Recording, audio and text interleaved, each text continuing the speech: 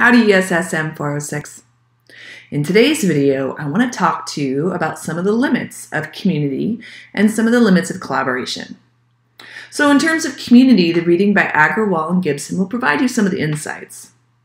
Now, some of the authors you've been talking about, Elinor Ostrom, Arun Agrawal, and Gibson, they're all advocates of community management, but they also say that its benefits are sometimes greatly exaggerated. People often ignore the fact that just because people live in the same area doesn't mean they have the same interests. Oftentimes, local communities may have great inequalities. And so turning over the resources to these communities, you might have something called elite capture. And this is when the elites in the communities take those resources, use them for themselves. They may not conserve the resource at all, and they may not distribute the benefits equally. A classic example of this comes in some timber-dependent communities all over the world. You'll find that when local elites get a hold of the timber, they may harvest it really quickly, receive lots of money, and then invest that money somewhere else. Maybe they'll move to the city and leave behind the people who are working for them, and now those people don't have the resource base to support themselves. And they won't have the other resources that came as benefits from that forest, and now they're left worse off. So we need to recognize that communities have heterogeneous interests.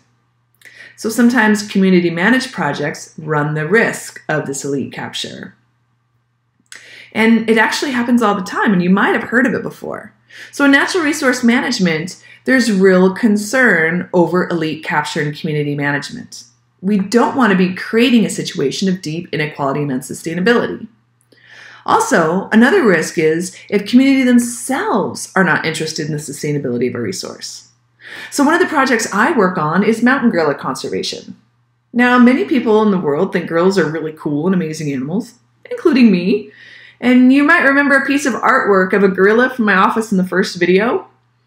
So while I think gorillas are amazing and deserve a right to live on the planet, many of the people that live around the national parks and World Heritage Sites where I work and where gorillas live would much rather get rid of any of the protections for the parks and use all the land for farming.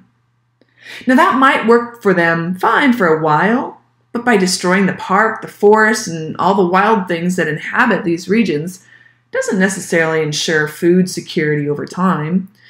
And there's many documented cases where destroying the environment results in the destruction of a civilization or community. There's a famous book by Jared Diamond called Collapse, where he documents many of these cases. One of those cases you might have heard about is Haiti. Haiti's actually cut down a lot of their forests, which has really resulted in catastrophic mudslides and little protection from hurricanes.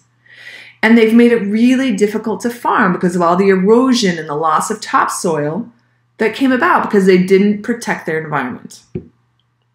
So that's one of your examples for community and thinking about community for your solution.